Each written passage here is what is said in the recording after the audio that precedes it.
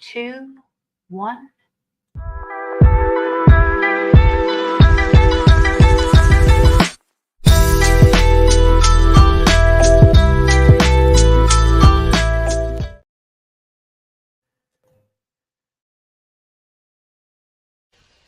I don't have to tell you things are bad. Everybody knows things are bad. It's a depression. Everybody's out of work or scared of losing their job. The dollar buys a nickel's worth. Banks are going bust. Shopkeepers keep a gun under the counter. Punks are running wild in the street, and there's nobody anywhere who seems to know what to do, and there's no end to it. We know the air is unfit to breathe, and our food is unfit to eat. We sit watching our TVs while some local newscaster tells us that today we had 15 homicides and 63 violent crimes, as if that's the way it's supposed to be. We know things are bad, worse than bad. They're crazy. It's like everything everywhere is going crazy, so we don't go out anymore. We sit in the house, and slowly the world we're living in is getting smaller, and all we say is, please, at least leave us alone in our living rooms. Let me have my toaster and my TV and my steel-belted radios, and I won't say anything. Just leave us alone. Well, I'm not going to leave you alone. I want you to get mad. I don't want you to protest. I don't want you to riot. I don't want you to write to your congressman because I wouldn't know what to tell you to write. I don't know what to do about the depression and the inflation and the Russians and the crime in the street. All I know is that first, you've got to get mad. You've got to say, I'm a human being. My life has value.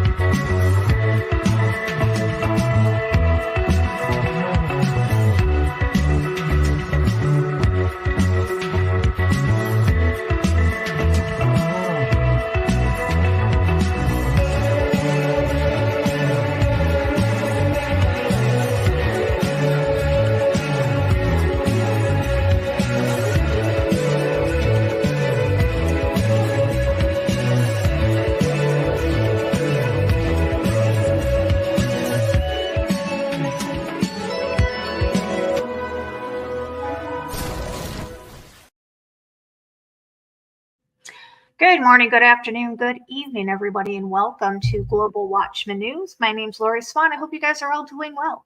If you are in our YouTube chat room, we do ask that you keep it family friendly. There will be moderators in there to make sure that we stay within the terms of service put forward to us by the platform we're utilizing tonight. If you're new to the channel, welcome. Take a minute to hit that subscribe button, hit that bell so you know when we go live. If you're joining us over on our podcast, over on Spotify or on Apple iTunes, is it? Apple Podcast. Apple Podcast. We want to say welcome, and we want to also thank you for your continued support. So tonight we have a special Friday night edition. We apologize for Wednesday night, but we will pick up on that one next week. But yeah, how you doing, Ernie? I'm doing quite well. How about yourself, Lori? I'm doing pretty good. We got a special guest with us tonight. You guys may know him as the author of the Genesis 6 Conspiracy. We have with us in studio live, Mr. Gary Wayne. Hi, Gary. Hi, thank you for inviting me back, and excited to be back and excited to talk with you and hopefully connect a few more dots for your audience tonight. Well, I do have to say that we have been discussing Genesis 6 for a number of months, haven't we, Ernie? We have. And a lot of things that's been transpiring in Genesis 6 is really occurring right now. today's world, especially as in the days of Noah, people marrying, giving in marriage and doing all sorts of demonic acts and giving heed to seducing spirits. And it's it's wild how we're witnessing biblical times like face to face as we proceed on towards the end of this age. And what a fitting time to have you on our show, Gary Wayne, to talk about your books and what you specialize in for the most part, and be able to shine some even brighter lights on what is really going on in today's world. Yeah. Well, thank you. And as unique as the first book was, is the Genesis 6 Conspiracy Part 2.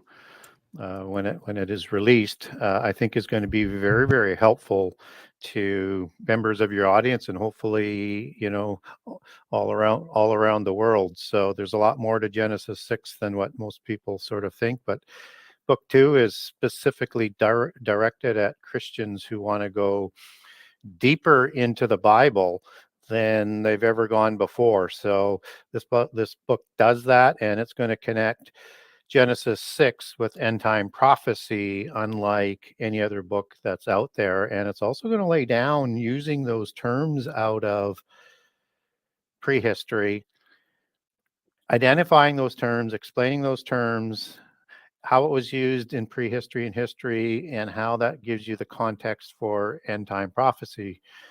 There's an adage that comes out of the book of Ecclesiastics that says, nothing is new under the sun. What was will be again. So when you match that up with the days of Noah, that the end time will be like the days of Noah, Ernie, that you were talking about. Mm-hmm. It's just so important that we understand what's going on, and what will be going on, as unimaginable as it will be, because it's just going to blow even the most prepared away in terms of the stunning things that we're going to see. And you can only begin to get your head around that if you know what happened in prehistory. Exactly. So for people who aren't aware of Genesis 6, I'm going to pull up this. This is off of Bible Hub through the King James Version. And it says, now when men began to multiply in the face of the earth and daughters were born to them, the sons of God saw that the daughters of men were beautiful, and they took as wives whomever they chose. So the Lord said, my spirit will not contend with man forever, for he is mortal. His days shall be 120 years. The Nephilim were on the earth in those days and afterward as well, when the sons of God had relations with the daughters of men, and they bore them children who became the mighty men of old, the men of renown. So the Bible tells us that these Nephilim, these giants, were on the earth before the flood, and they made it through the flood.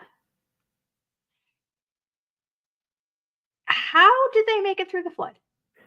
It's kind of one of those $1 million questions. Maybe I should inflate that number with what's going on in inflation these days to maybe $1 trillion question. But yeah, it's we're not exactly told how.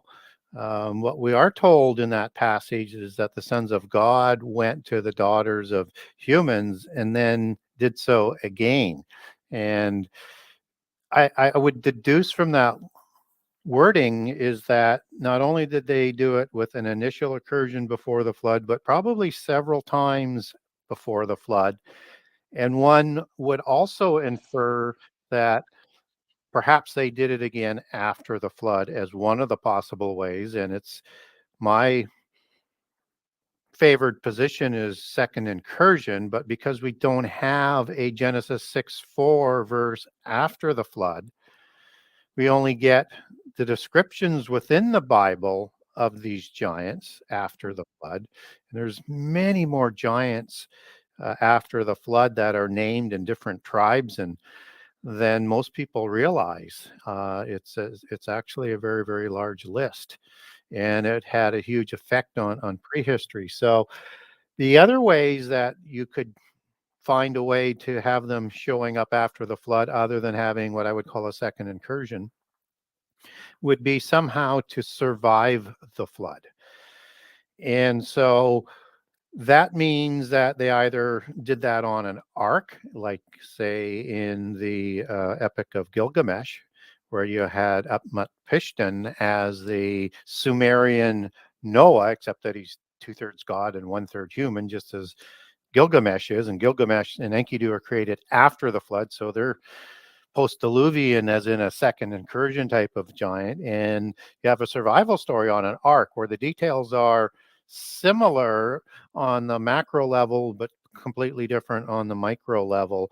And it's this polytheist story of giant survival, whether or not it's a perversion of the Noah story or it is a polytheist recollection. And you get other accounts like that, like Deucalion and Pyrrha in the Greek mythology, Greek history, that they survived the flood and are commonly known, and they like to brainwash Canadians that, or Canadians, Christians, that they are the Greek Noah and his wife. Well, that's not really the case, because Deucalion is the son of Prometheus, which makes him another giant. So Right.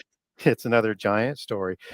But within that bucket, there's also lots of other ways that they could survive the floods with the help of fallen angels. So that's really the key here. So just as in those epics, is that the fallen angels actually create the arcs for these giants in their accounts, and they get help from the fallen angels to survive. But you could also get help from them to go into another dimension, as into Hades or Sheol, as it's understood, because that's the home of the fallen ones. That's their heaven, and that's where they rule from, and that's where the source of power that they supply into the earth comes from. But it's in another dimension. Or they could take them off the earth and help and have them survive that way. And some of them have them at the top of mountains somehow.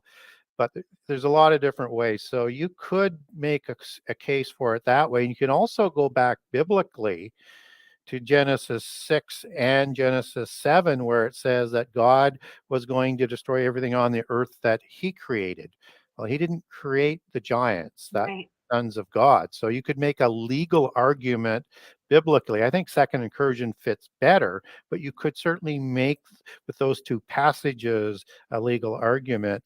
And then the third bucket tends to be, again, with a few different ways, is somehow on the ark. So like in the last Noah movie that Hollywood did, they had Tubal-Cain, who they believe was a giant in polytheism, Gnosticism, is a stowaway on the ark, and he's actually hanging on to the ropes. And you get that same account in Jewish Kabbalism with King Og surviving the flood that way. And you also have accounts that Ham is a giant of one of the sons that's on the ark. In other accounts, you've got all the sons as giants, and then on other polytheist or Gnostic accounts, you have all 8 are giants. So somehow on the ark is that bucket, and that would also include somehow on the ark that possibly the wives carried the gene of the Right. Nephilim and then intermarried with obviously the sons, and that was produced then later with giants, not only in the covenant land, but also in Sumeria, where you have giants, and elsewhere. So that is generally the ways that people say that that's how the giants come across the flood. The last one, I'm kind of, the last bucket completely, I kind of don't sort of fall into at all, but I do recognize that because we don't have that smoking gun verse, we still have to be open to one of those Right. possibilities. Right. Exactly. So, I mean, it's safe to say, because the Bible tells us, and it's the inerrant word of God, that these giants were here before the flood, and they were here after the flood. And we've got uh, the two of, I think, the most famous giants that I think people would remember would be David and Gilgamesh. But there were others, you said. Yes, so I wouldn't classify David as a Or as I'm sorry, Goliath. Goliath. Yes, Goliath and Goliath. Gilgamesh. I'm sorry. Yeah. So just so that people aren't saying that we're misquoting the Yeah. Bible here. My apologies. Yes, it was Goliath and Gilgamesh. Yeah, and I think Gilgamesh would be outside the Bible, probably the most famous worldwide. And so he is son of Lugalbanda, king of Uruk, sixth generation after the flood. Most people like to date him before that, but that's when Lugalbanda reigned, and Gilgamesh becomes king of Uruk after his father Lugalbanda. And the mother is a Sumerian fertility goddess named Nin, and in some translations coming out of Mesopotamia, it's Nin Sun, but it's a female god that is going to produce this offspring, which is also known not only in the Sumerian culture and history, but also in the Greek culture and history, that some of the female gods also reproduced giants as well. And he is no small giant. And he's recorded in the Epic of Gilgamesh as being 19 cubits tall. And he's the king of Uruk. So, as Josephus says, you should measure the size of the giants. And yes, Josephus talks about the giants in his accounting of Jewish history, that you should use a royal cubit of 21 inches versus the standard 18 inches for a cubit. And that would make him almost 19 feet tall. He's also 4 cubits wide. And so that would make him 7 feet wide. So he is very, very large. Goliath is recorded biblically as 6 cubits and a span. So using a royal cubit, as Josephus says, and I make a good case in the first book and in the second book that he is the king of Gath, but he would be noble blood anyways, as being one of the giants, a royale, so to speak. So he would be measured on a royal cubit. And again, that would make him 11 feet 3 inches tall on the outside and 9'9" using a 18-inch cubit. And so he was known to be very, very stout, very, very wide. So in the King James Version Bible, with post-diluvian giants, you get this word that's stout, that's associated with the giants, and several other words that, if you take that back in its meaning, stout as in strong and muscular, is part of that understanding. King Og had a bed, and he's king of Edrei and Ashtaroth and ruler over 60 cities, so 12 different Pentapolis that he reigned over after he moved from Ugarit to Mount Hermon. After the war of giants in Genesis 14, his bed was made of iron because wood would not hold his weight. And that bed was, again, 4 cubits wide and 9 cubits long. So as King Og, he would have been measured again on a royal cubit, which would probably put his dimensions a little bit shorter than the bed, which would have been, the length of the bed on the royal cubit would have been pretty much 16 feet in length, and it would have been 7 feet wide. So for him to fit in that bed, he would have been probably 14 to 15, maybe 13 feet tall. And he would have been, let's say 4, 5, or 6 feet wide. And that bed was understood by the Judaic people, the people of Israel as well, that represented the height to width ratio of the giants for the most part, that it was a 2-to-1 height to width ratio that reflected the same ratio to the giants, which is where that stout wideness comes from for those descriptions. Wow, those are some big boys there. Right? Somebody said about those guys could clean up in the WWF. Yeah. Well, there's a term that describes them as mighty in the Old Testament, as the verses mighty ones. This is another word, mighty, and it's the word erit.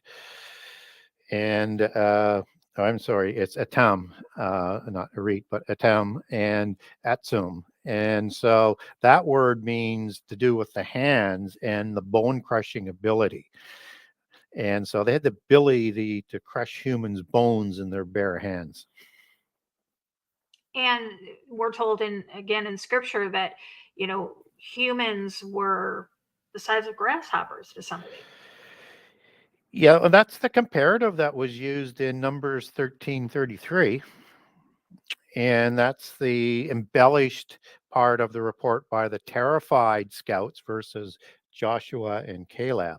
So, and it's also a simile. So it's like they were like grasshoppers, but Yeah. where it is used in that verse, we probably have to sort of move that back a little bit. It's kind of like hyperbole because they're using a simile. And part of that hyperbole is in the word giant in the King James Version in Numbers 13:33. It doesn't go back to Nephilim as it does in Genesis 6:4. I'm sorry, it does go to, I'm sorry, I got that wrong. It does go back to Nephilim in Genesis 6:4, and that's the 3 times that it's used is once in Genesis 6:4 and twice in Numbers 13:33. And it's talking about the Anakim as the children of giants, the children of the Nephilim. And that's not quite accurate because that's where they're terrifying the Israelites, because the giants before the flood were larger than the ones that we were just talking Because of about. the atmosphere, right? Well, some people say that, but there's a change in the giants afterwards. They're not as big and not as powerful and not as many gifts. And so if it's from a second incursion, that starts to make some sense. If it's from if they're surviving, then that doesn't make a whole lot of sense. But maybe God steps in a little bit. Yeah, kind of would have watered down the DNA had it been. Yeah, and that could be part of the case. And so the reason why I say that's the embellished part is the Anakim are talked about, and they are giants, as Joshua and Caleb described. But in Deuteronomy 2, the Anakim are described as giants, but that word goes back to the word Rapha and the male plural Rephaim. And so the post-Diluvian giants are populated by Rephaim, and they're not as large as the giants before the flood, typically. And even the Rephaim that's in the covenant land, they don't seem to be as large as Gilgamesh. And Gilgamesh may be from a different variety as a dark-haired giant than the red hair and blonde hair giants of the covenant land. And so you have giants that before the flood are thought to be somewhere to be 20 to 40 feet tall, and some people even say as large as 500 feet. But I tend to think that that's an extrapolation of the Aramaic version of the epic of the book of Enoch, where it has the giants listed as 300 cubits, but the older Ethiopian version, the Ge'ez version, says that's the word L, not cubit. And so that we don't know what an L is. So it's probably, I don't think the giants were that large, but who knows? The only thing we do know, they were larger, but it seems on other evidence on reliefs and things like that, that they're probably about 20 to 40 feet tall. So still larger, but not quite that huge type of giant. So, yeah, these are the Rephaim, and those are the giants that populate after the flood. And Rephaim is used 25 times in the Old Testament, all after the flood. And the Rephaim are described as a tribe and a generic name for giants that they translate giant from in the King James Version Bible, where it's not coming from Nephilim. But we also get the tribe of the Rephaim in the War of Giants in Genesis 14, and then as part of the mighty 10 nations that are in Genesis 15 that are listed when God is promising Abraham the land of the covenant to his descendants. Wow. Now, these, the bloodline of the giants went on to be the men of renown, or the leaders, the kings, correct? Yes. Yeah. And okay. Yeah. So if we want to look at the nobility class of prehistory and the same cultural organizational structure that came down through history, that is what we would know as the elite or the nobility or the royales. And so they populated not only the governing class and all of the business and trade class of their extended families, but they also dominated the priest class, and they also dominated the warrior class and the army class at the top levels. And so they established themselves both before and after the flood because of their size and their strength. They were just that powerful. And so these are royales. And if you look at that word royal, AL is a transliteration of EL. EL is the Hebrew word for an angel or a god, and in the superlative tense, singular for the Father, God of the Elohim. And so you have this royale class that we would understand as the royals today. And if people are wondering where I get that it's a transliteration, you can look at Baal as the chief god after the flood of the Baalim, and that means Lord God, and that Al is the transliteration, and Al is the word used for a god in a lot of Middle East nations, just as Il is and Ilu is. So it was a very well understood term for the gods and a name for the gods in the older Middle East languages. And that these are Rex Deus, as I like to call them in the first book, the kings of God as well. And so Royale goes back to the root word Roy, into king, and into Indo-Aryan for ruler, and as in Rugal, and also into Regal, which shows up in Latin. So all of those words and variations of the words are all part of that bloodline descriptive. And we still have that current bloodline with the royal bloodline today, correct? Well, they believe that they do, that they descend back to them, to the giants and the fallen angels. I like to call them the godfathers, the celestial mafia, as the invisible ones, with the patriarchal and eponymously named tribes after their offspring, the Nephilim and the Rephaim after the flood. So they keep genealogies that go back to those patriarchs, both visible and invisible. So, yeah, they believe that, and they've used that throughout our history, and they've always considered themselves superior. They've Right. always considered humans that they were mundane, only worthy for sacrifice in ancient times. And after that, you were able to at least be a slave or do a very, very small entrepreneurial class on things that they need, like a blacksmith or a baker or a tailor. But anything that had any sort of power or money was only populated by their larger family of nobility and royals. Somebody has a question in the chat room. Could these giants been the ones that were responsible for the pyramids, seeing that they were so large? Yeah, I hear that a lot, and I think they may have had a role in it, but I wouldn't put them at the source of it. I think they probably would have participated. What the Gnostics and the secret societies like the Freemasons and the Rosicrucians and the Illuminati at the bottom of that thelemic tree and that hierarchy, what they believe, and obviously then what the royals believe, because the hierarchy provides all of the ancient knowledge, and for the Masons it was through the Polychronicon. And in that, they recognized Enoch, son of Cain, as the one who took the seven sciences into the seven sciences. He took this body of knowledge he learned from Cain, that Cain learned from Adam in Eden, to run this massive agricultural complex that went from the Euphrates to the Nile and had orchards and crops and ranches and domesticated animals and all sorts of things that were going on in just this massive piece of territory. Now, to specify, when you're speaking of that Enoch, the son of Cain, Yes, that is not the same Enoch that was Noah's grandfather, right? exactly. And people need to understand that there's two Enochs, and they get conflated, particularly by the polytheists. And so, yeah, this is the there's the son of evil Cain. Enoch. Yeah, the evil Enoch, as I like to call him, and the holy or saintly or ecclesiastical Enoch.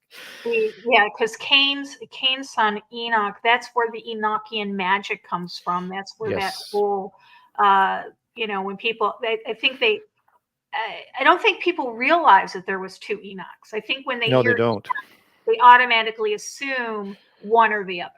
Yeah, and it's one of the reasons why I wrote the beginning of my book the way I did. I get a lot of emails that saying, I don't like how you're describing Enoch.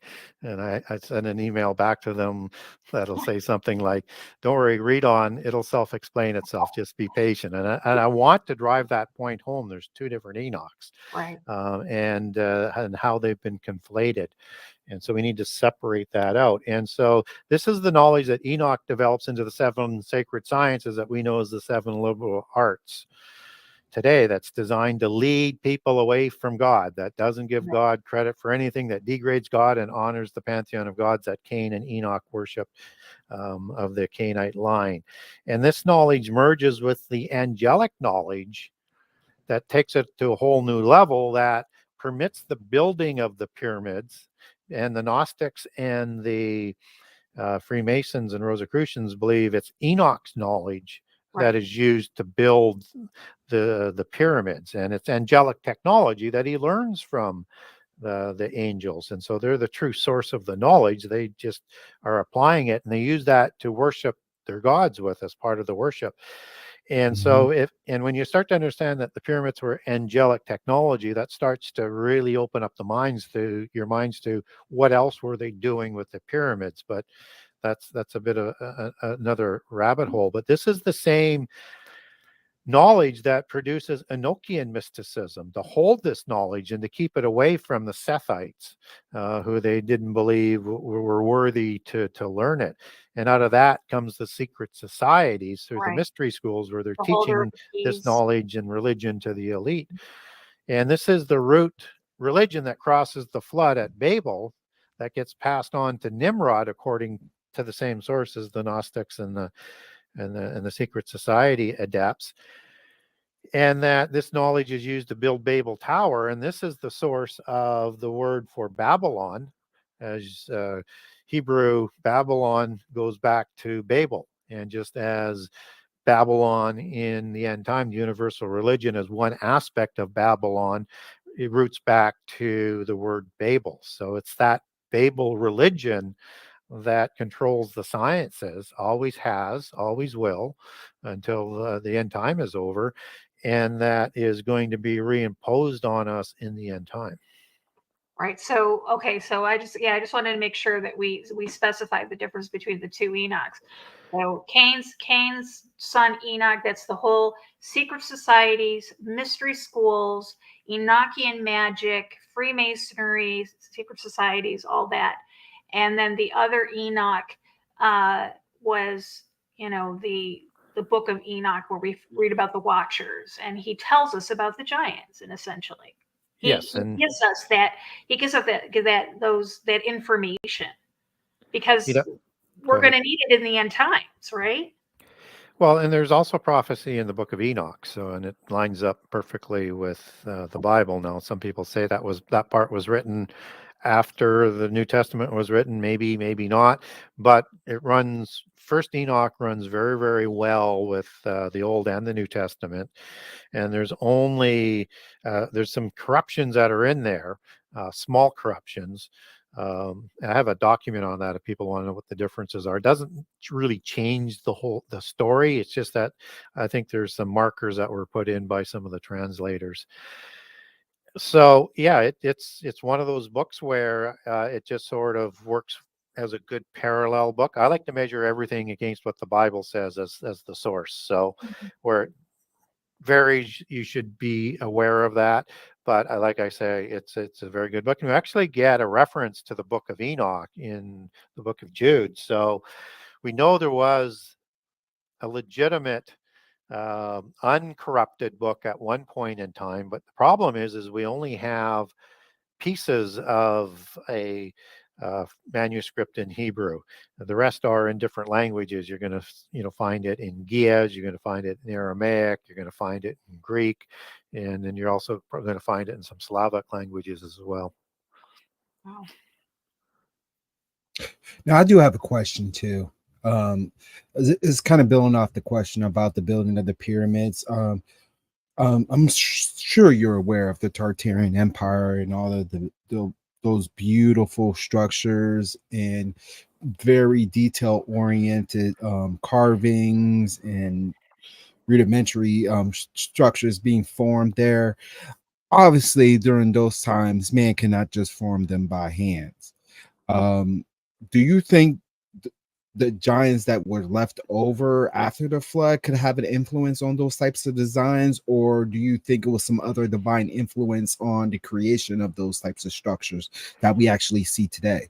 Yeah, I think a lot of the fantastic archaeologies, whether it's pyramids, um, things like Stonehenge, all of these are antediluvian. It's before the flood. It's from that level of angelic technology that was developed. So even when you're seeing pyramids after the flood or ziggurats after the flood or what they were trying to build Babel Tower with, this is a lower level of technology after the flood that we're just catching up to now to be like the days of Noah.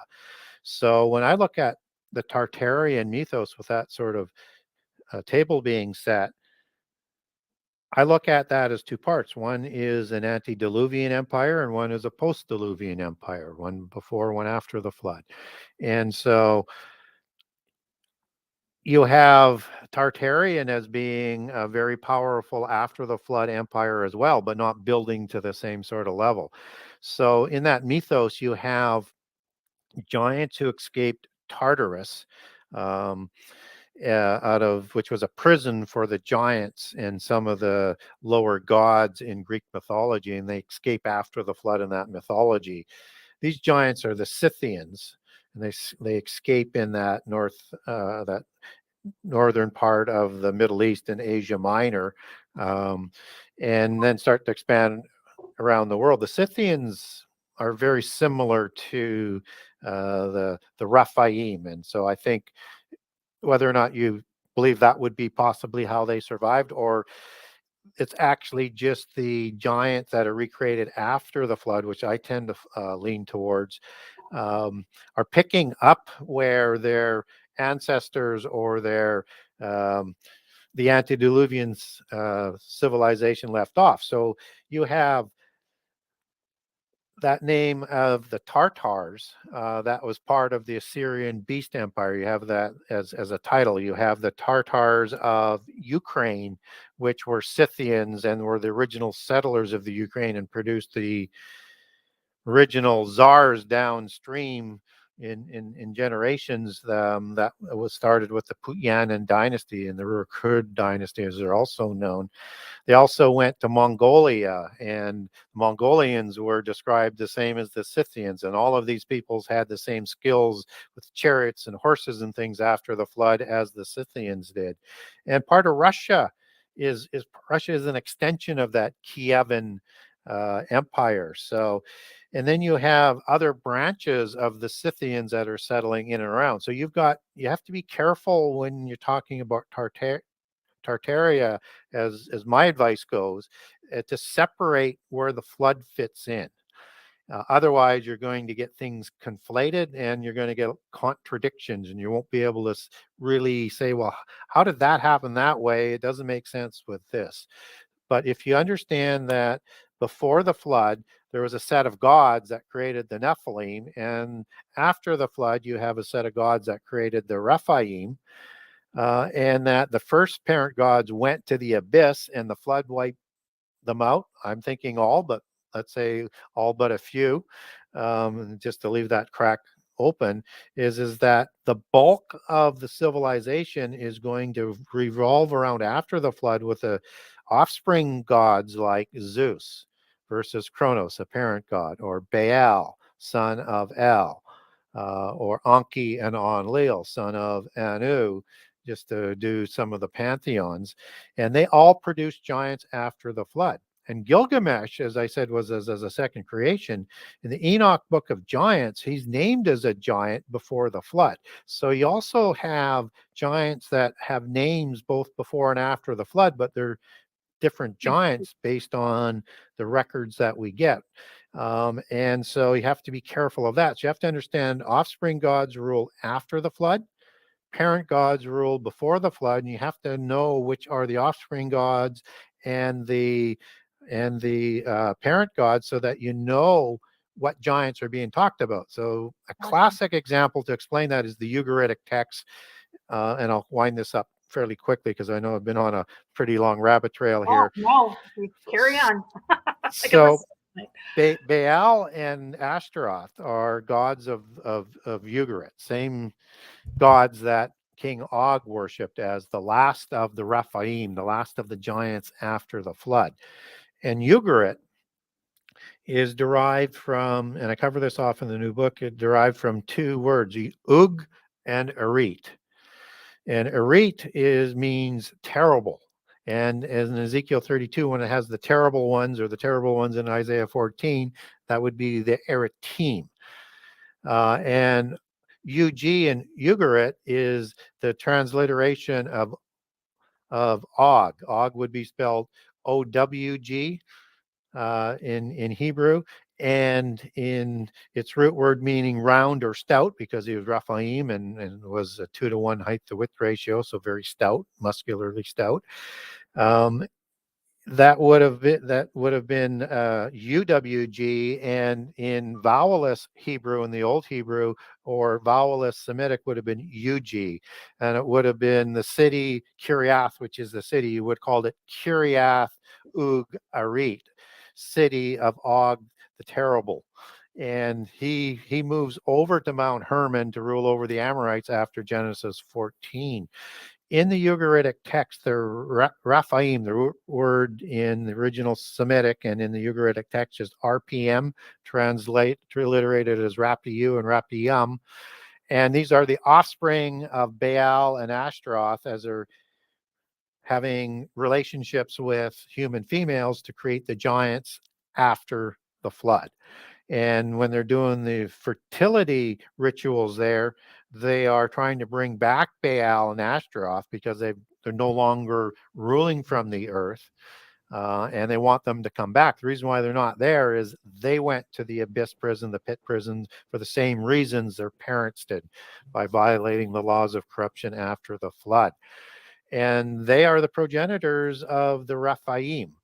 And so when I look at how all of that fits in with the Scythians, now you have the tribe of Dat-Tanu, the tribe of Anu, also known as the Tuatha De Danann, that are part of the 4 Indo-Aryan groups, and including the Scythians, and also included tribes in that blonde hair and red hair variety, like the Anakim, which were described in earlier Numbers 13, where we're talking about, and they were blonde hair and blue eyes. And the Amorites, which are hybrids, had blonde hair and blue eyes. So they're going to be offspring of perhaps the Anakim or other tribes that were also blonde hair and blue eyed. And the Horim were red hair and pale skinned and hazel eyed, just as the Tuatha De Danann were, that were in Scythia and migrated up the Danube and over into Ireland.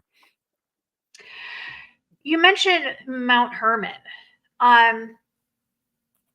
Mount Hermon is where we believe that Lucifer fell, correct? Are you saying fell to, or where he fell? Where he was thrown down out of heaven, and that's where he ended up, is on Mount Hermon. The reason why I'm asking is because Mount Hermon is home to the only 24/7, 365 days a year, round the clock UN base. Yeah. Why would they choose Mount Hermon in these end times? Well, they're preparing. Well, then, I'm sorry to interrupt. Isn't that the place where the Watchers formed their covenant with one another before they made it with the daughters of men? Yeah, it is. And Harum anathema, a curse to carry it out to the end, or an oath to take it out to the end, no matter what the consequences were. The beginning of the oath-based and legal society, both before and after the flood. And so one presumes that the Baalim swore an oath on Mount Hermon as well, because that was their holy mountain. And they have their council of the gods there, as well as they had the council of the giants there as well. And it's the same mountain as Nippur in antediluvian Sumer. And, in the Epic of Gilgamesh, you have them going to the Cedar Mountains to kill King Humbaba, who's the terrible one, assigned by the gods and created by the gods to do terrible things to humans. And the cedar forest is the cedar trees that are talked about in the book of Amos to describe Amorites on Mount Hermon, as are the oaks. So this is the place of the Baalim assembly, or a council of gods. So they would have taken over El's council of gods, and as described accordingly in the Ugaritic text, and ruled from there. They call it Mount Saphon in the Ugaritic text, but Mount Hermon has several names in the Old Testament, from Sirion to Sion, and another one that it slips my mind at this point, but you get the idea that it was very famous in multiple cultures, Right. and home of the assembly of the gods. So the original question was, is that where Satan fell to? I think that's where he established this council of gods that's described in Psalm 82, that rules over the 70 nations, both before and after the flood, as numbered by the sons of Adam before the flood, and by the patriarchs in the Table of Nations in Genesis 10 and 1 Chronicles after the flood. And this is a counterfeit council that he establishes that is going to resemble the Holy Council that's described in Isaiah 14, where Satan was described as falling to. But Satan counterfeits everything.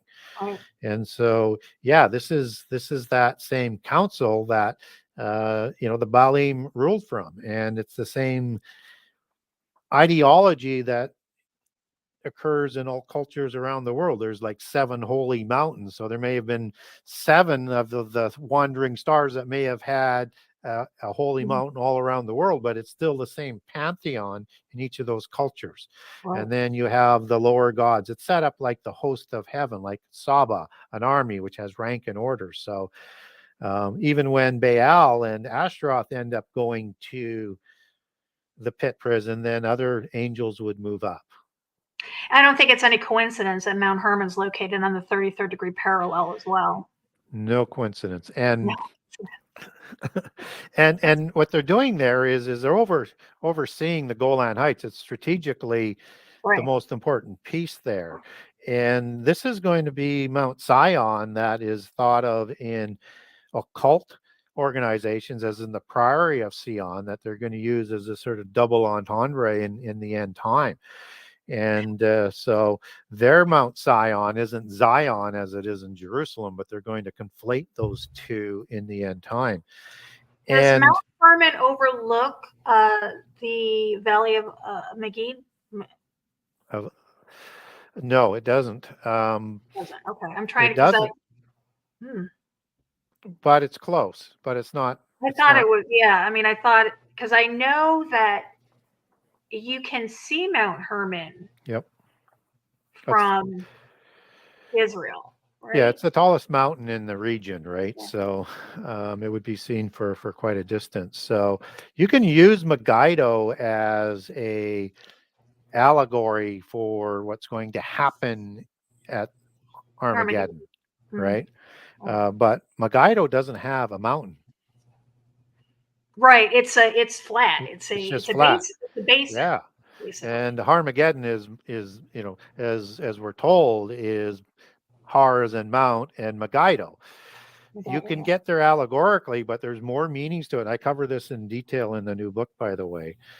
So there is a city, though, named Megiddo that's in that region as well, that you could also reference. But that word council in Psalms 82 is the counterfeit one, and it means the congregation, assembly, and it's the Hebrew word Ida. Okay. But the true council of God is Moed as we see it today. But that G that has been silenced, and it's kind of the more modern English, and it would have been similar to how you have Gomorrah in the Old Testament, where if you look up the Hebrew word, it's actually Amorah. You actually have it translated as Amorah a few times. It says Gaza and Aza are the same places in the Old Testament. And so John said to understand Armageddon in Hebrew, not in how they had to translate that in Greek, because there wasn't an appropriate letter for it. And you have this transition of the silencing of the it's kind of like a sort of sound to it with a G.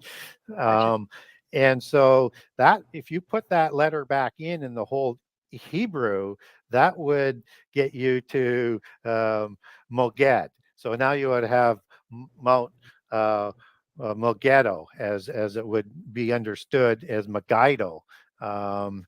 So I think that's the mountain of the assembly, where you're going to have that valley underneath where the battle is fought.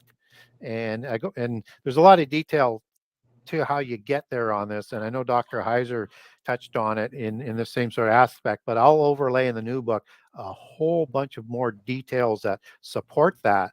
And just as this is the mountain of assembly that the armies are going to gather to, as they're described in Revelation 19 and Revelation 16. And this is the mountain of assembly. And now that's when you start getting into the Hebrew word moed or moged, as it would be in Old Hebrew. And it's where Antichrist is gathering his army to as he comes up east or west of the Jordan to Mount Hermon, and Jesus is coming up out of Edom on the west side of the Jordan, and they're going to meet at Mount Hermon. And it just makes perfect sense that that's where that battle would be fought. And of course, it's coming to that because we're already witnessing a major event taking place in biblical prophecy. And I sent Lori some information on it, in which Israel and Palestine is actually signing the peace treaty, and China wants to mediate it. So that is significant when it comes to the times that we're living in right now. Yeah, Mount Hermon's going to become very, very important as we move closer to the last 7 years. It's also the home of the Pan Temple. Temple, and also the gate to hell, I think. Yeah, where Baal would go to the underworld through. Yeah. And it also, you have many other polytheist temples that were built there over the millennia. And it oversees the Golan Heights, but on the Golan Heights, you also have Gilgal Raphaim, the wheel of the giants or the wheel of the spirits. And this is a very, very important site. It was a circuit of worship sites that went in and around the Mount Hermon area, and Gilgal meaning wheel. And so there was a circuit as in a wheel of these circular worship sites that were once there. And you just have to understand that that's where the center of the power of the religious association, I think, will eventually get back to. And they will bring that front and center as we see polytheism, totally destroy Christianity except for the true faithful, as they fold that into that universal religion before Antichrist comes. Right, and again, strategic placement of that UN base to be ready. Let me ask you a question: are they there to be ready because they have some sort of warped belief that when Christ returns, they can defeat him? So is it a military strategy, or is it a religious? What do I say? Are they there as a military strategy for that purpose? Yeah, I think it's military and religious. I think it is it's polytheism's most holy site. I think it's probably going to be recognized as, the council of the gods, at least in the last 3.5 years. I think it's going to be recognized as the true Zion, as they will call it. And I think you might expect that you're going to have a lot of activity between dimensions happening there as well. So What as you see the fallen angels walk more amongst us as we get closer to the end time, and then after the abyss is open towards the midpoint of the last 7 years, you could very well imagine that the abyss prison, the pit prison located in Hades or Sheol or the other world, the underworld, all the same place, that they may come through there as they make their entrance. And the Bible tells us that the heart, men's hearts will fail them. I mean, we're going to see things that people nowadays are not prepared for, especially. I mean, I think of those of us that read the Bible and are aware of the end times and we know what's coming. Even we are going to be shocked because we're not used to seeing these giants walking on the earth, but we're kind of getting soft disclosure on that, aren't we? We are, and you're going to have all of these beings described as aliens. They're not coming from other planets; they're coming through portals from different Interdimensional, dimensions. Yeah, that's my speculation on it. It's ours too. And so I think we probably do see giants in the end time, and I do believe for sure we have the descendants of the giants, or at least the people who say they have their genealogies, and they're the visible ones on the earth that are working to bring the end time about for their invisible masters. But you also should expect that perhaps they were able to save some of these giants. That's a possibility, whether it is off the world, in the earth, in another dimension, in stasis, however, or they're just going to recreate more and they can grow up maybe very quickly, DNA, right? through CRISPR, through manipulation, Through same as technology, they could create them too. Yeah. right. So we should be prepared that's a possibility. And we also should be prepared that the old giants come back as well, not with their original physical bodies, but through the technology that I think the demons and the fallen angels, and the demons are the disembodied spirits Disembodied of the spirit. giants, are providing so that they can create what is called an Oikotarian, or a dwelling place for the spirit. And that comes from habitation in Jude 1:6 and house in heaven in 2 Corinthians 5:2. As you take that back to Greek, its meaning is dwelling place for a spirit. That's where the angels left their first estate, their habitation in heaven. And so there's a dwelling place in heaven, as 2 Corinthians 5:2 talks about, but they need to interact physically in the world. They can come here as a physical opalescent being, but to have a physical body, they have to create their own Oikotarian, a soul and a body, which is of this world, and the spirit, which comes from heaven, to interact in the world. So the demon spirits who are disembodied, they require that Oikotarian to interact in the world.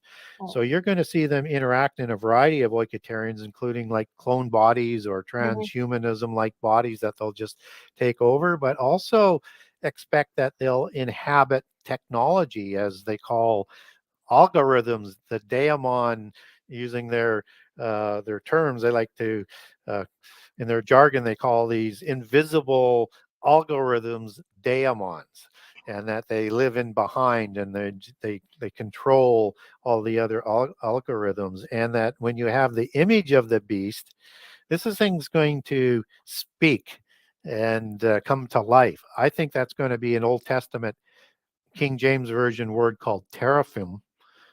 Teraphim, you could also pronounce it that way, which is a talking idol. And I think that's going to be a dwelling place for spirits that are operating that quantum AI technology that's coming together to form the mark of the beast and the image of the beast that will also work interdimensionally. Through my research, I came across some writings, and it talked about these disembodied spirits and how that in the end times, they would be released, they would come back, and they would, they have that need to reanimate into another physical body or a physical and physical, I guess, my body, for any Yeah. other likely words, but that we're going to be seeing things. They're going to be inhabiting animals, humans, trees, plants, anything that they can get into. Yeah. Like you said, transhumanisms, robots, a So person. the Well, reason why is Jesus explained this to us, is that when he was casting out the evil spirits, when he was casting out the trying to think of the three terms that he used: evil spirits, unclean spirits, and devils. That word devil goes back to the Greek word daemon, which is the Greek word that is transliterated into English as demon. And they need a place to rest. And they're right. just roaming the earth.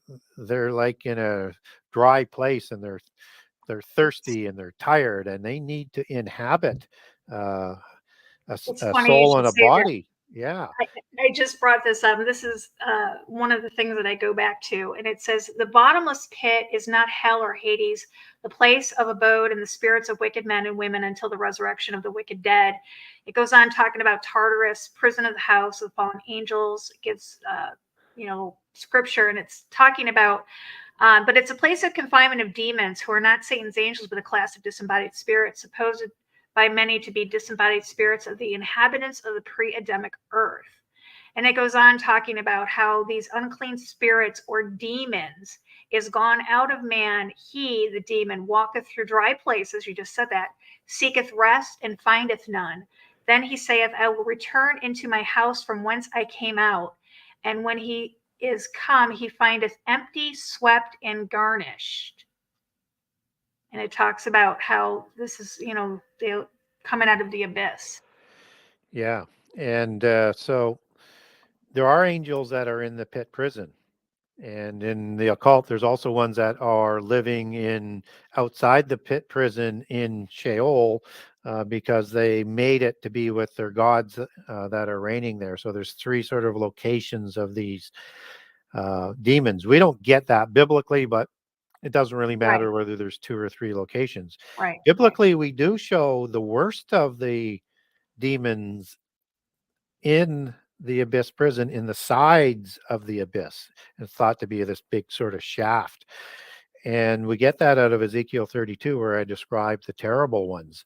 And they're speaking to Pharaoh from the pit prison, from the abyss, in the sides of the abyss, along with the mighty, which are angels, also in the pit prison, in this dual prophecy in Ezekiel 32. The terrible ones, the Retim. And Pharaoh is classified as one of those bloodline terrible ones. And he is going to go to that abyss. And then it lists all of these other names of ancient giants that are already in the abyss, with Magog and Gog. I think it's Tubal and Meshech there that aren't listed as going to the abyss, but they're part of that Gog war in Ezekiel 38 and 39. So you have scripture saying that these terrible ones are in the abyss prison, and they're going to be the ones that are released towards the midpoint of the last 7 years, along with the worst of the angels. But that doesn't mean there aren't fallen angels already here, and there aren't demons already here. Those are just the worst of them, and the ones that were slain in the world. And typically in the occult world, they believe that the way you end up in the pit prison is you're decapitated.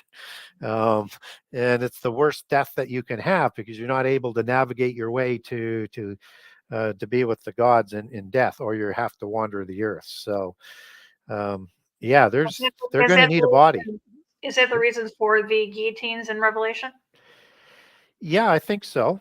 It's part of the reasons that they're going to want to make sure that everybody is dead.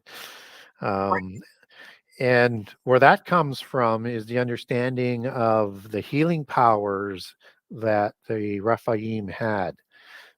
So I'll go back to Ugaritic texts, and I'll go forward to the Bible, just so that we get sort of two parallel accounts here, and for the definition of the word Rephaim. So you have in the Ugaritic text these Raphaim, which is the Semitic root for Rephaim, and they're the kings and the giants and part of the assembly of Dat Tanu, of the giants at Mount Hermon. Below, they're the visible council from the invisible council of the gods.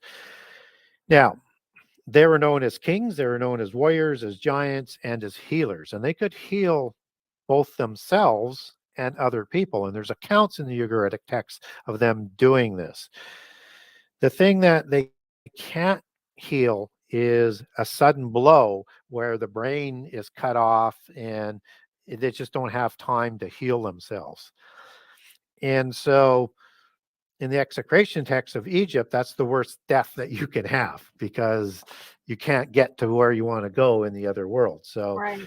and you're going to go to this prison.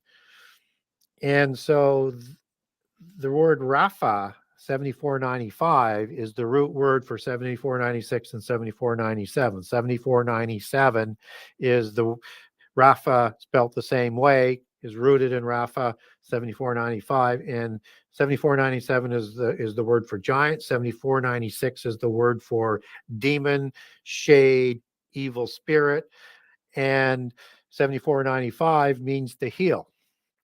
And so they're all in medicine or a doctor. So Raphael would be God heals or healer of God, depending on how you wanted to translate that.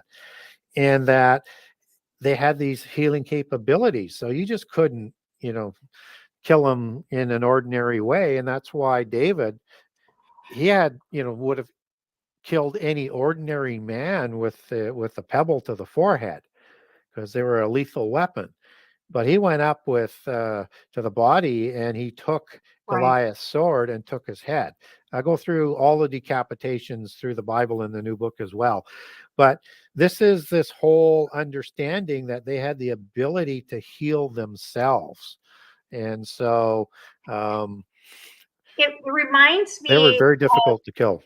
It reminds me of the kids, the video games that these kids play, where they have the healing abilities. You have the the different sects of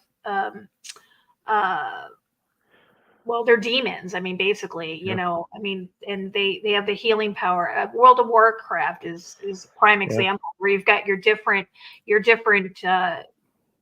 I want to say different classes of these entities. And you've got one that'll heal, you've got one that's a giant that's strong, you've got one that's a hunter.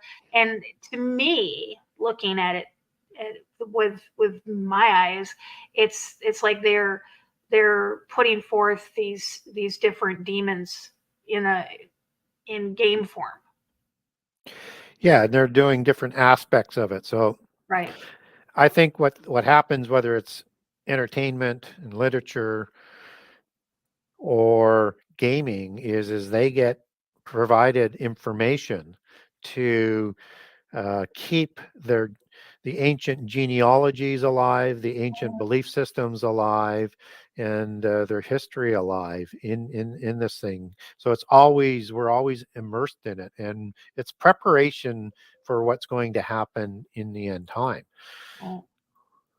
What do you think? I mean, I don't know if you've heard, in Afghanistan, supposedly the military, which we have somebody who's with us on Wednesday nights, who was ex-military, and he's the one that confirmed it, that they they captured a giant in Kandahar. Yep. Yep. Yeah, I heard his interview on Coast to Coast with Steve Quayle, also guesting there and bringing him on the show. And I found it very compelling. I found the details were both Very detailed. not only from the military aspect, but from the descriptions of the giant and the Right. size of the giant. So you have a red-haired giant, pale Right. skin. Rephaim, heroes of old, they were very nimble, very quick, ambidextrous. So you get that. This giant was able to knock down weapons, very difficult to kill. Just as what we had talked about. The size would be in the range of the giants of the Rephaim. For me, it's either he had been fed all inside information to create a hoax, or of people who have knowledge of the prehistory of exactly what a giant would have done in that sort of situation, or it's real. And I tend to think there's a good possibility it's real, because the details are just too close, and they're pretty much identical to how in the first book I described the giants, and even the size of the feet and the hands. Right. And not only, I mean, so we have this physical historical evidence of giants being on the earth after the flood. American Indians, prime example. The reason why they hold their hand up as a greeting is to count the fingers, because if you had 6 fingers, that was bad. That's part of the reason. Yeah, they fought wars against the elongated, red-headed giants for centuries, even up to the 1800s, maybe even a little bit beyond. And giants are understood in all the First Nations, whether or not it's in North America, Central America, or South America. It's understood. But what's unique about the North and South and Central American ones is these giants have a history of surviving into the modern age, right up into the 1800s, and they have these elongated skulls, as in these 6 fingers and 6 toes, and some of them have double rows of teeth, just as we get we get 6-digit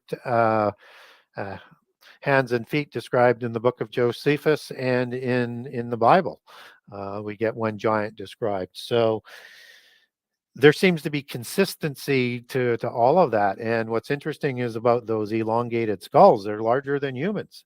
And you can bind a skull all you want, but you can't do 2 things by binding it. You can't create an increase in volume, and you can't get rid of the sutures. These were not normal humans. They may have been hybrids, or they may have been the descendants of the Rephaim by the description. And you get the same description of these heads and things down in Peru, and the same descriptions of them as giants all the way through the Americas. Exactly. And that would, the reason for that would be because they wandered Pangea, right? Before. That's a question. A lot of people are wondering was everything connected before the flood, and that's when it separated, or was it Pangea up until God scattered everybody at the Tower of Babel? Yeah, it's a really good question. I mean, you can make a case that at Babel, that's when the nations were divided, and Peleg's name goes back to mean the same sort of thing, that's where it would be. But we don't get a whole bunch more evidence on that. You know what? For me, it doesn't matter when the continents split. It could That's the be. only thing that can really justify how we have all of these same things in these separate parts of the world. Well, if you have people spreading out all over the world, it may have taken them longer to get to the nether reaches, but via boat or whatever. But they would have gotten there anyways. It would have been a lot faster if they were separated and then you had the continent shift. But I think when you have that sort of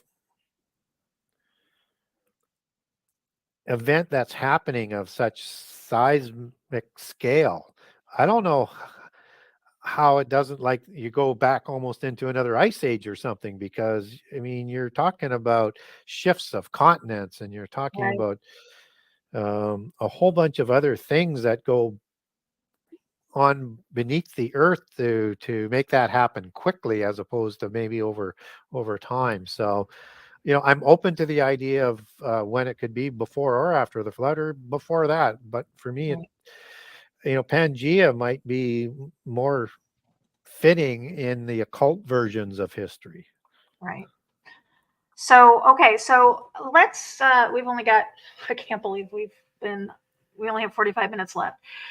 So I think everybody is aware that, your first book, you kind of laid out everything. You completely went into, I'm going to pull up your first book before I pull up the second one. So this is your first book here, Genesis 6 Conspiracy. We have our complete in depth.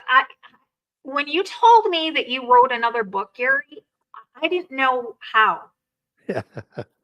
I'm serious. I seriously don't know what you could possibly cover that you didn't cover in this book. This is the most amazing book I've ever read to date,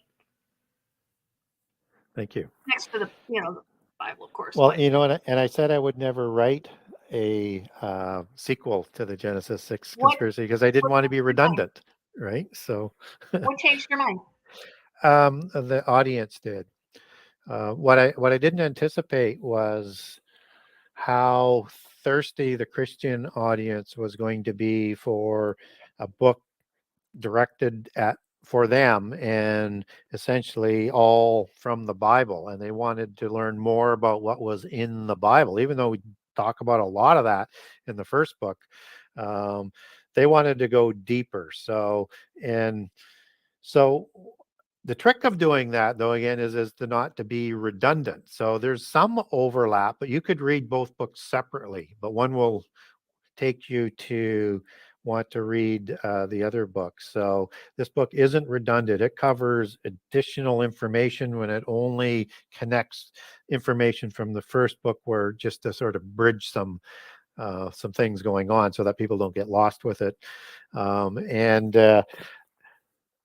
I go through and do some things that I don't think people have done before. So it's going to be very, very unique. And just so that people know, the book's not out yet. We're hoping to get it out quickly. It's already in its typeset version, just waiting for the printing. Some bottlenecks in the publishing industry right now. I do have a generous excerpt of all 98 chapters of the first book up on the website, so people can look at the table of contents and then read a little bit about it. And it's just a drop of what's really in the book, even though it's a generous excerpt. I also have up this week a generous excerpt of all 84 chapters of the second book, so that people can get a feel for it on the website as well. So I thought, well, what were people really wanting to know? And they wanted to know all of the giant nations that were in the Old Testament. And so I go through and I list all of the ones that are listed in the Bible, and you can't take them back to the Table of Nations. People wanted to understand the Canaanite connection in there. So these are the hybrids. And so not only with the Rephaim nations do I take them back to a patriarch biblically, and using other etymological sources to trace those names back to the eponymous name of the tribes. The Canaanites have 9 tribes who don't have a patriarch out of the 70. You have 3 of the 12 with Canaan, Heth, and Sidon, but then you get into the Amorites and the Jebusites. And when you take that back to Hebrew, the word is basically describing it as, yes, you could describe it as a family, but the other meanings are things like a different species, a different kind, words like that. And so they received their eponymously name, like Amorite, from a Rephaim patriarch, which is why you don't get a patriarch's name in there. And these were about 6 to 9 feet tall, and they're described as the Shazu in the Egyptian texts. And they're all throughout the covenant land, and they're slightly smaller because they're not full purebred. They're part half human, half giant. And these Rephaim, these terrible ones, have a fertility issue. So when you get into the term of the terrible ones, you also get descriptions like childless and infertility. And so they had trouble producing females. And so they don't go extinct. They need to intermarry with humans. And they did it from a biblical perspective to a large degree with the Canaanites, not just with the Canaanites, but that's the largest focus. And that's where all of those names will go back to. So you have a name of Amorite in Hebrew as being Amori with an E as it's spelt, transliterated into English, and back to a couple of root words of Amor being people and boasters and meaning proud and things like that. And you have a Rephaim king of Shechem, of the Hivim, who's taking on a patronymic kingship title of Hamor, which is the essential cognate equivalent to Emory. And so you can likely deduce from that and other patriarchally named locations that the name of the Amorites comes dually from a patriarch very close to Emor, and or Hamor, as it's transliterated for Hamor in the book of Genesis. And there's a god that's listed in the Baalim in the Ugaritic text as Amaru. And there's also a giant named Amaru, which would be a transliteration with the RU for a people that comes out of Sumeria. And so you've got a god and a giant and names of a Rephaim that you can trace that name back to the patriarch. And you can do that with all of the giants and all of the hybrids. Let's go back to because I know this is question that's going to come up. I can see my comment section, as you know, somebody's going to ask, because somebody always does. How did they mate with humans? Because aren't angels androgynous? Well, they're spirit beings in their natural state. Right. And they don't require marriage or sex to create more beings because they're already immortal. So Okay. the real question gets to be is the first question is, how does a spirit being have sex with a physical being and pass Right. on DNA, right?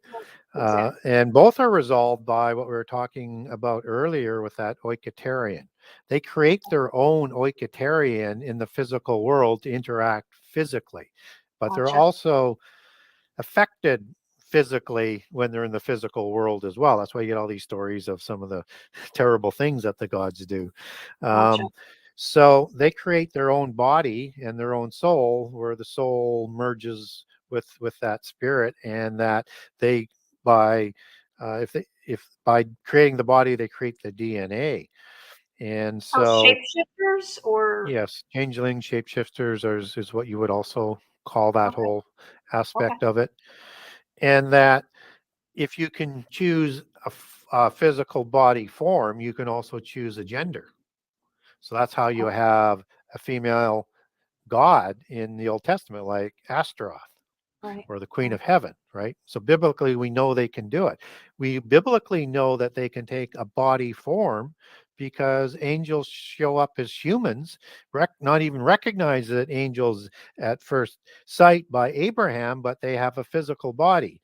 They touch, they talk, they eat, they drink, they interact, and they come with the angel of the Lord, the pre-existent Jesus, to talk to Abraham. And these two angels are going to go over to Sodom, whom the Sodomites want to have sex with. So whether or not they wanted them to change into a female or have homosexual Gotcha. sex, who knows, that they can do it.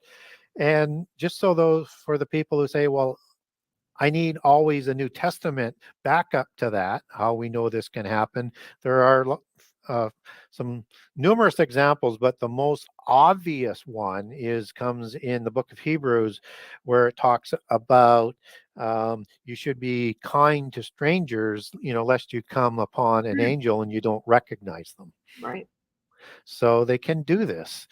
And they can make themselves of any size that they want too, right? So they can, because they have that changeling sort of capability. Now, other people say, well, how do the giants do it then? Because they're this huge beings. Well, you get, and maybe the gods did this part as well, but I don't think they needed to. You get on the reliefs in the Middle East these rituals, these sexual rituals being done where semen is being poured in by either giants or gods into a human female.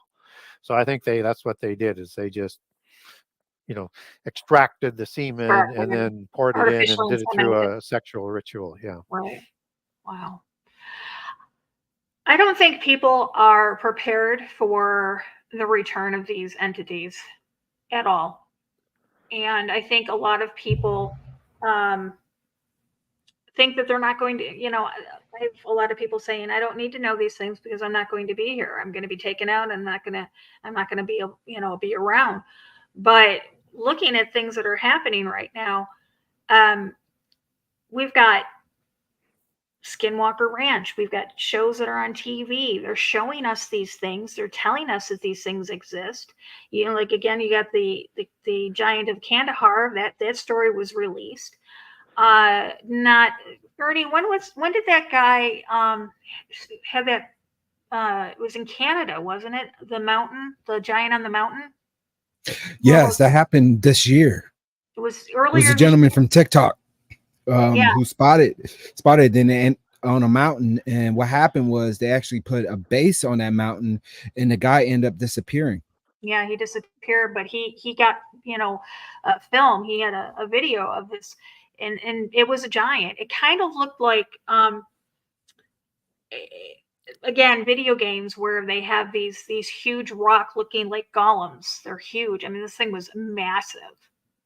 And Yeah, he was at a distance, so being able to see something that big on the top of a mountain, it really shows the scale how giant this being was. I mean, we're getting so much disclosure going on throughout the world as well, as far as like, giant entities. Now they're other countries are messing with DNA from other creatures to create chimeras.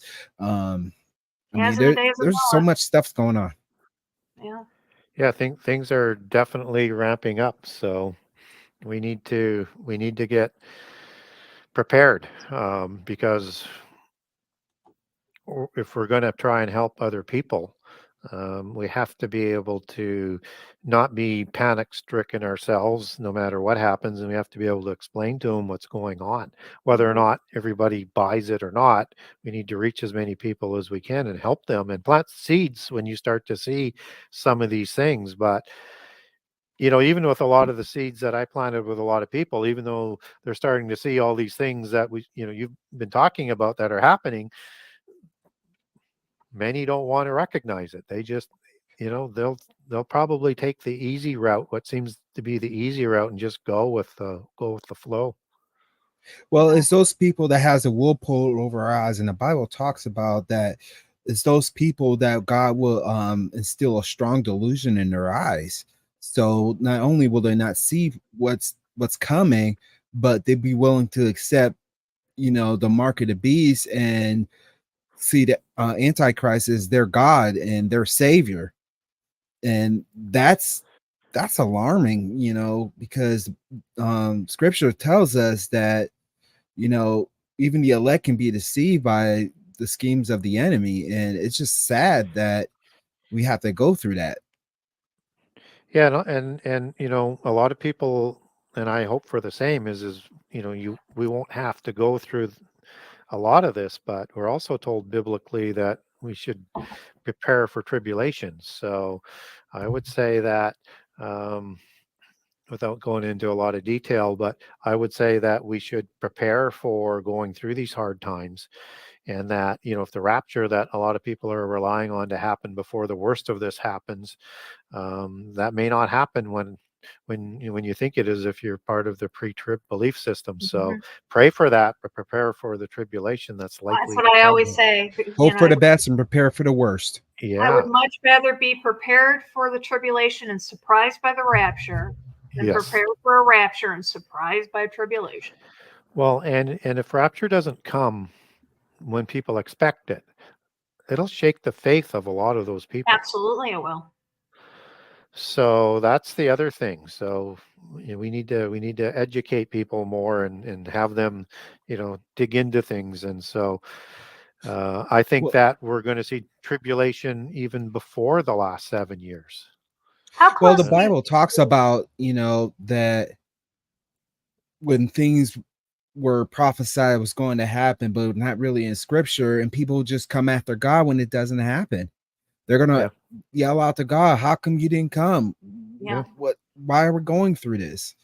And it's the fact that you have to put on the whole armor of God, and if you haven't done so already, now is the time to do so, because some of the things that we just talked about is already taking place. Absolutely. If not many behind the scenes. Absolutely. It's already here. Gary, how close do you think we are to tribulation starting? Well, I do believe we're in the fig tree generation. And as Jesus said, he gave 3 large overarching signs to his coming. One is the fig tree generation. So there's a specific generation when all of the things he predicted is going to be fulfilled. Heaven and earth will pass away, as it does at the end of Revelation 20, and a new one created, but his words will never pass away. So a generation can be 40 years, 70 years, or 120 years, as we get it from, the book of Leviticus, Psalms, and Genesis. So Genesis 6:3, 120 years when the creation of the giants. So you have, a fairly large period of time within that generation. If it's the 120 years, you need a starting point. I think it's probably, if we are in the fig tree generation, I think it's 1967. I think it is the start of, if you notice on the what's on the screen, it says the books. If you click on the books, you'll see book 1 and book 2 as you're scrolling through that. Click on the books. Oh, up here. Yep. Oh, okay. And so nice. Okay, so let's oh, nice. Okay, there's the excerpts. Okay. Yep. And so I think Jerusalem is the epicenter for end time prophecy. So I think that's when it would start. So we're probably, if it is this generation, it's probably 70 or 120 years that we're dealing with, and that things will start to heat up. So where we are is in the same sort of generation of Noah. And that's when the generation was reduced to 120 years. And also, within that generation, you're going to have the birthing sorrows. And so the birth pangs, and that includes pestilence, that includes famine, that includes wars, rumors of wars, and earthquakes. And as Luke adds in the roaring of the seas. So you might see, tidal waves and things like that, or things that the moon might cause for the tides and things like that. So those are all going to get stronger and work together as we go through the last generation. And I think we're starting to see that. We had a pestilence. We're getting a jockeying position with Putin, with his empire. You have Xi with China and his empire. You have Britain leaving Germany. That may move them closer to the US, Canada, Australia, in a new group that will form. And there's going to be 10 kings over 10 empires that are going to form the world government. And you need Babylon, the universal religion, and its beast system, and its geopolitical organization, and its false prophets, and located in a specific city to establish itself before you're going to get those 10 kings. So there's still a lot of things to come together here, but we're starting to see, I think, those sorrows, those birth pangs starting to quicken. And it's going to continue to quicken, and through contrived catastrophes, that's how we're going to get there. So I expect to see things just continue to speed up, because I think we're on that track.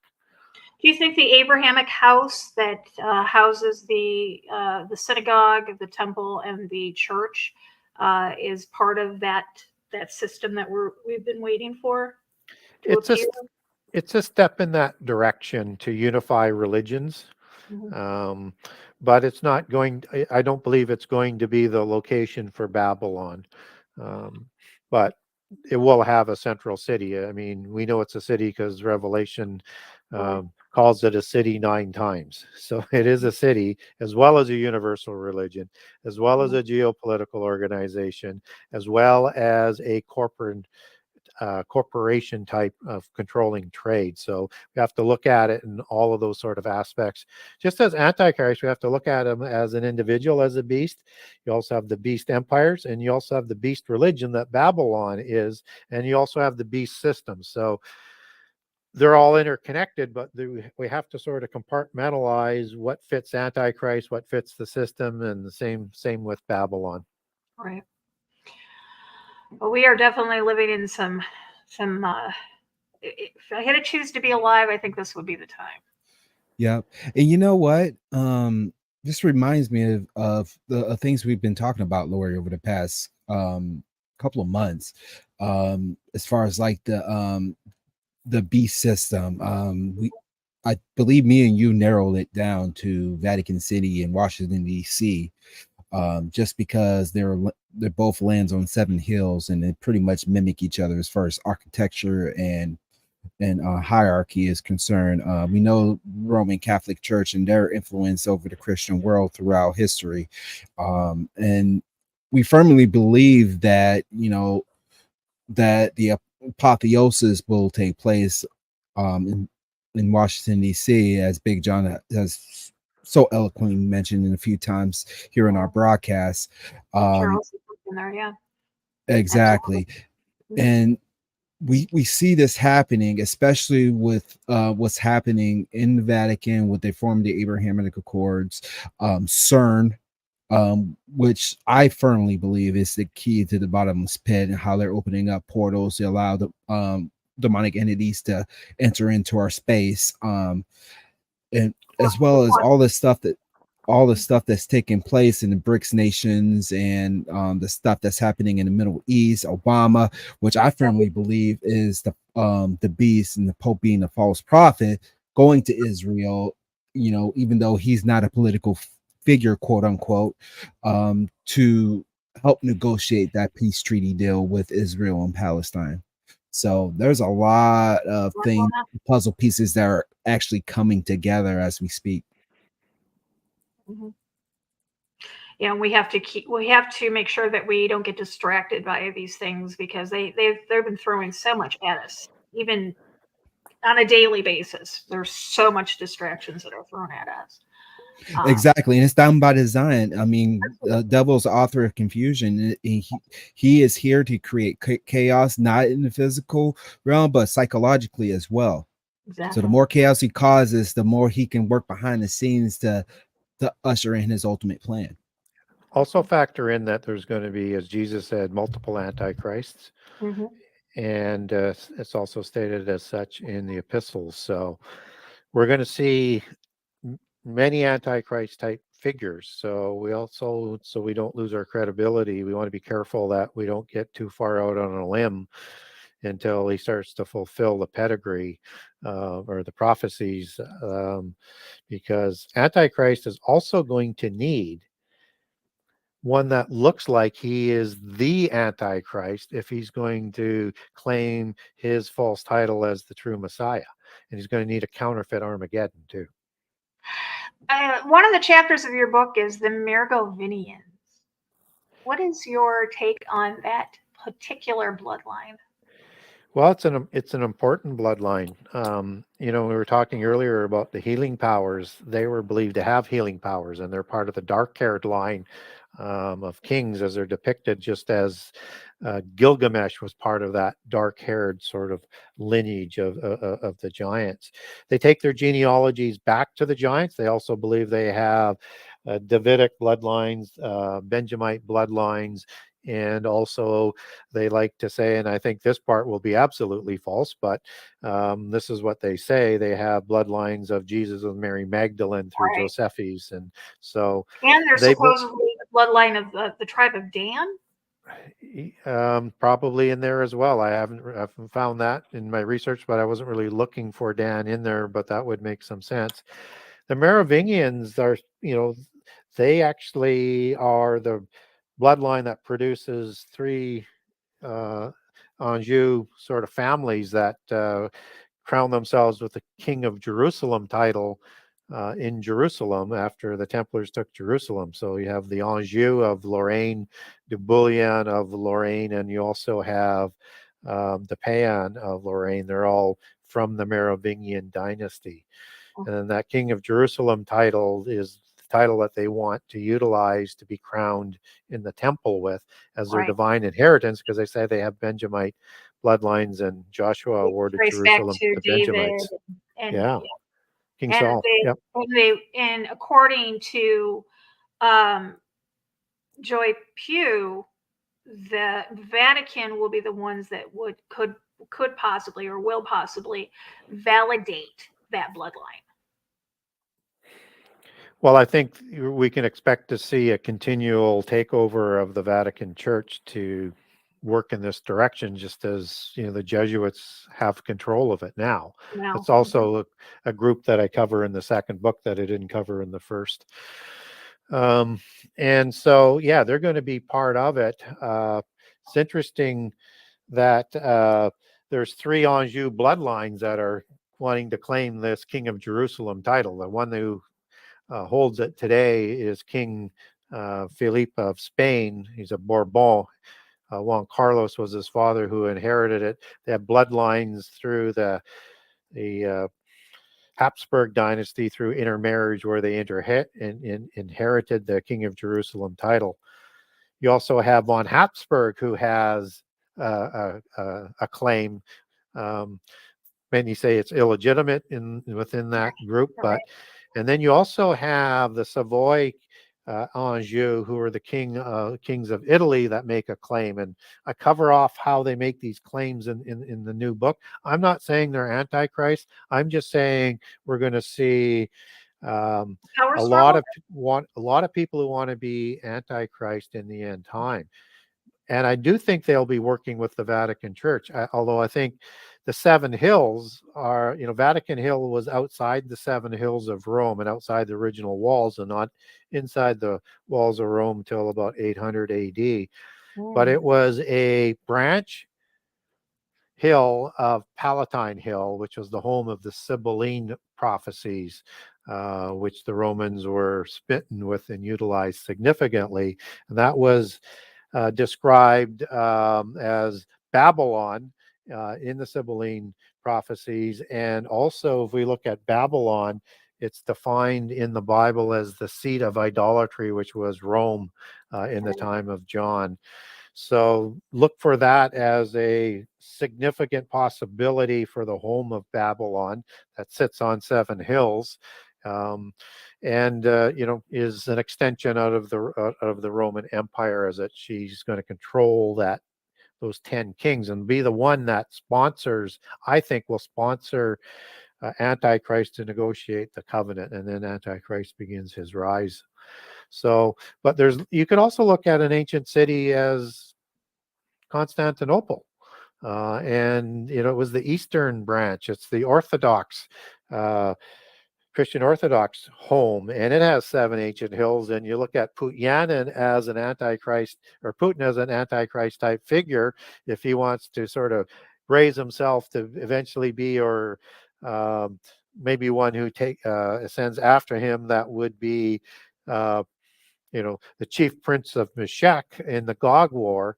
who is considered an Antichrist figure, as you take Gog back to both Greek and Hebrew, as it shows up in the Bible, it's an end-time Antichrist figure. So there's going to be lots of people with their religious centers that are going to make claims, and it's going to get messy and it's going to get confusing. Not only that, but you're going to have people that are going to be following these ideologies and these, Yeah. they're going to definitely lose their way in these end times. So we need to make sure that when we are interacting with people on social media, we need to make sure that we have a stable and or have the ability to tell them and to educate them on how to come to salvation too. Yeah, exactly. So your book, you said that it is not going to be out until December? I don't have a date yet. Yeah. It's going to be it's already gone out for next year for the advertising for its release. But as soon as three things come together, the labor, the paper, and the printer, as soon as that can be put together for my book, it gets published. And I'm going to have to wait a few more weeks, I think, before I get a better idea as when that will be. But it's just the way the industry is right now, and it's taking longer to get through than I anticipated. I can't believe you said there's a paper shortage. Yeah, it's crazy. Who would have thought there could be a paper shortage? Goodness gracious. Exactly. And they can find you over on their website. You have a website, Genesis6conspiracy.com. Yes, that's the best way to get a hold of me, or ask me a question. And currently, you can go to the media page, and where it says contact Gary Wayne for an interview, you just click on that line and it's highlighted. That's my email address, genesis6conspiracy@gmail.com. With the revision of the website, there will be a better contact the author icon so that you can email me through that aspect. But if you click on that media page line, then it will automatically take you through to my email. So Gotcha. there you go. Yeah. And on that book, as I say, on that website, you can get a generous excerpt of all chapters on both books. You can buy a signed copy if you want. I have a US page, I have a Canada page, and I have an overseas page for the rest of the world. I will have the same thing for the new book. I'll have on the website bundle pricing once that pricing is official, because the prices are going through the roof. So I've got a number, but in case it moves up, I don't want to have people saying, I thought you said it was this price. So I want to make sure I hold that price until I've got that firmly nailed down. On the website as well, if you want, for the first book and what will be available for the second book, you can link over to get the Kindle edition from the front of the website or from the buy now page. You can link over to amazon.com, amazon.ca, barnesandnoble.com to purchase the book as well. So lots of ways to be able to get it for getting it quickly. Go ahead. Right, and that's right now the only thing. I just want to make sure people know. Right now, the only book available on this website to purchase is the first book, but that'll be updated soon, and you'll be able to find the second one there as well. Yes. So yes, I was planning to have the website done by about next week, all in timing for when I thought the book was coming out, but it looks like it'll be up there a little bit longer. So I will be taking. I am taking requests from people if they want to email me at Genesis6conspiracy. That's Genesis 6 with the number 6 conspiracy, part 2 with the number 2 at gmail.com. You don't have to put anything on that email. But if you just send me an email to Genesis6conspiracy part 2 at gmail.com, I will send you a notification as to what the price will be on the book, when it will be released, and the ability to pre-book. So I'll put that all out as soon as I have that information available. And again, hopefully in the next few weeks, that'll be done. And I'll get back to you on that. There's no obligation to buy, but if you just want to know when it's going to be coming out and where you can find it and what the price is going to be, that'll be the notification. And yes, you do have Kindle. Yes. Yes, I'm just going to put answer. Yes, Diane, he does have Kindle. And I will make sure that I keep you guys updated on when the book does come out. I will make sure that, we put out a video or something, and I will post it over on Facebook to my page, also to Exposing Satanic World Government and Global Watchman News. So one of the things I do in the new book,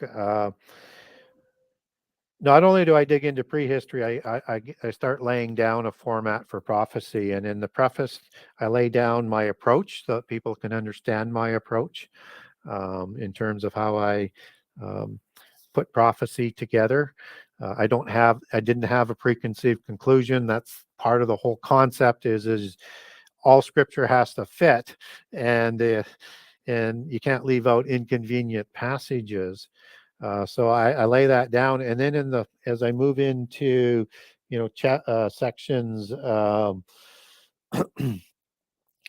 6 and 7, I start to get into prophecy and lay down that format and start providing a chronology that you can use and see it at play and not ever have to worry about having any more conflicts in it. What I found is once you get that template right, you can take any piece of prophecy and fit it in. And the trouble with most of the approaches that are out there is they have a preconceived conclusion as to how they would like events to come out. I think that's how they got there by the looks of things, but they ignore all of the passages that don't support that approach.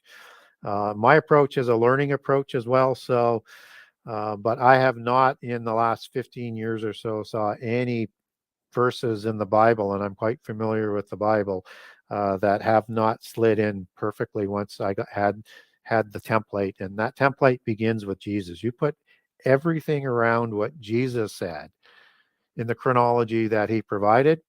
Revelation falls into place. Old Testament falls into place. All the other prophets fall in place.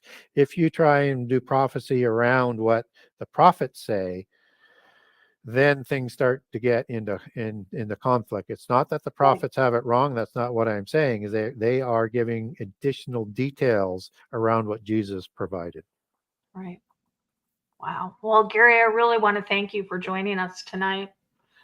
I can't wait for your book. Like I said, I was very excited to learn that you've written another one. Yeah. And where can we find you other than that website? I know you have your Facebook group, or what's the name? I'm in the group. Hold on a second. Yeah. So on Facebook, you can go to my Facebook group. I don't run the group, but I participate in the group. Yeah. And it's Gary Wayne and the Genesis 6 Conspiracy is the group. You can find me under Gary Wayne on Facebook, and if you want to post on my line, you can do on my timeline. You can do that. You can get a hold of me through Messenger to ask me questions as well. I have 2 Genesis 6 Conspiracy pages that I do sort of leave on as some of the editorials and things and posts that I do. If people like to glance through there as well. So I've been not as responsive as I would have liked to have been over the last while, trying to get the book out, but I'm starting to close down on the length of the emails in terms of the dates and being able to participate more on social media again. Awesome. Yeah. We can't wait. Well, Gary, like I said, thank you for joining us tonight. I can't believe 2 hours went by so quick. Yeah. Is there any questions in the audience that we should be dealing with? Yeah, we've got about 8 minutes left. Guys, do you have any questions for Gary? I know somebody wanted to know, you don't happen to be narrating your book at all, do you? For your Kindle? I don't happen to what? An audio book? The audio? Do you have no audio? No. Actually, with the first book, I mean, there's been a lot of people who have tried. It's very difficult book to do on audio. One group actually got it done. Then it was wiped from their computer for some reason. And they're just devastated on it. It's an expensive project, and it's a complicated way of a book to read. So you have a high cost, and the audio market's not that large. So I guess the only way I probably would get an audio book out on either version, probably if I end up doing it myself, but that takes a lot of time. So, but I'm certainly open to having people do it. The publisher is not interested in doing it because of the size of the market. Gotcha. Okay. So I guess that answers that question. Anybody else have any questions? Let's see. I'm just going to scroll up because there was some. You did mention King of Jordan, didn't you? As part of the. I didn't mention in the show tonight the King of Jordan, no. But you have another royal bloodline. You're going to have bloodlines from the We have bloodlines Middle popping out East. all over the Yeah, place. yeah. Yeah. So yeah, you have to. Everybody's gonna want a piece of the pie at the end. Yeah, and there can only be 10 of those kings that are going to be from those bloodlines that are going to be in power. So we're going to see them all over the world. You know, you've got the Inga-Roka or the Inca bloodline with the Roca family out of South America that's still around. We've got bloodlines all over the world that may resurface. Ancient bloodlines that we've thought have been extinct for a while are probably going to pop out. Yeah, they're all in the background. So, and a lot of people thought, the South and Central American bloodlines were wiped out with the Spanish. That was only the king that was ruling at the time. Right. And by the 1520s, both Portugal and Spain had reinstated their bloodline positions, and they started to intermarry with the royals in Spain and Portugal. Wow. Yeah, what a time to be alive. Yeah, it's an interesting time. And I think we've been fortunate where we live today that we're not in places like Russia, we're not in places like China, we're not in India or Pakistan or Middle East where tribulation has already come to Christians. I think it's coming to us by what seems to be on the horizon over here as well. But yeah, it's an interesting thing to see how what seemingly is so impossible to have happen. And that's what a lot of people say. There's no way all what the Bible says can happen in the end time. And we're watching it come together. It is amazing to watch that come together. It could not come together unless there was a special generation.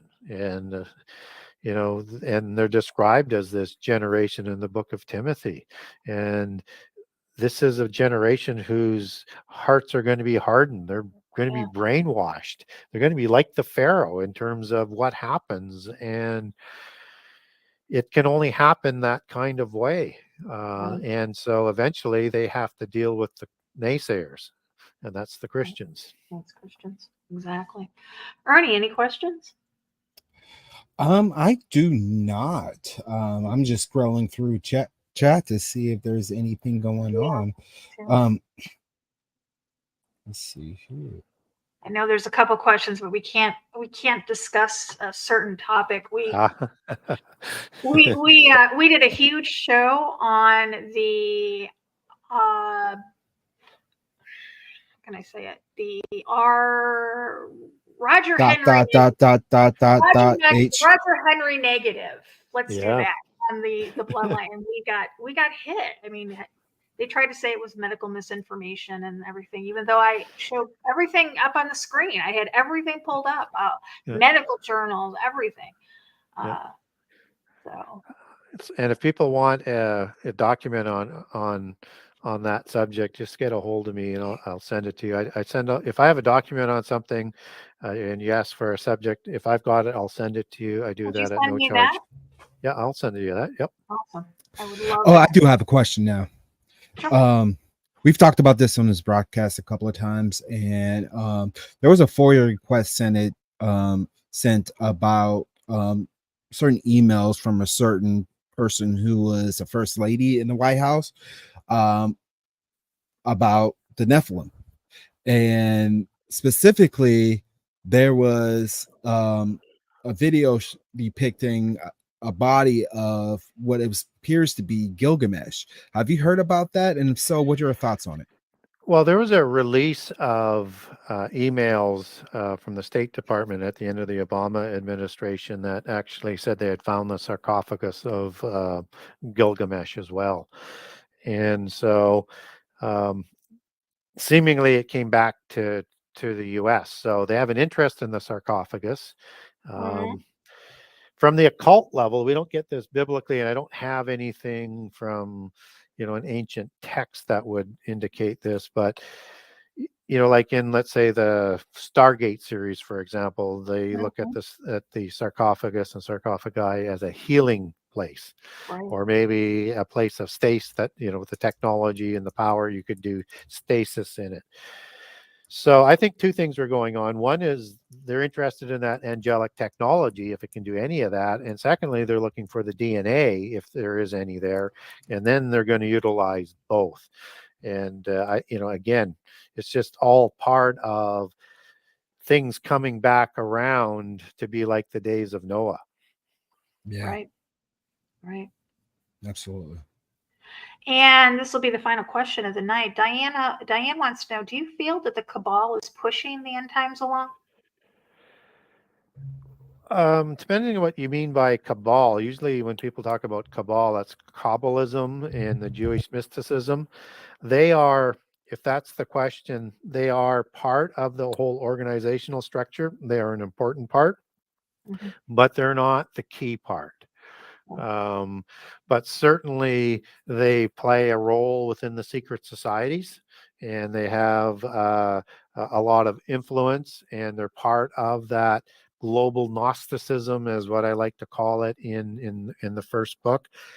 So yeah, they're important, and I think they're part of the inspiration to try and retake and ended up being successful in reestablishing Israel, and will be very active in promoting loyalty to Antichrist, particularly with the permission of doing sacrifices on a wing or an extremity or an overspreading of the temple. So it's going to continue to play a large role within the southern kingdom of the Judeans, for sure.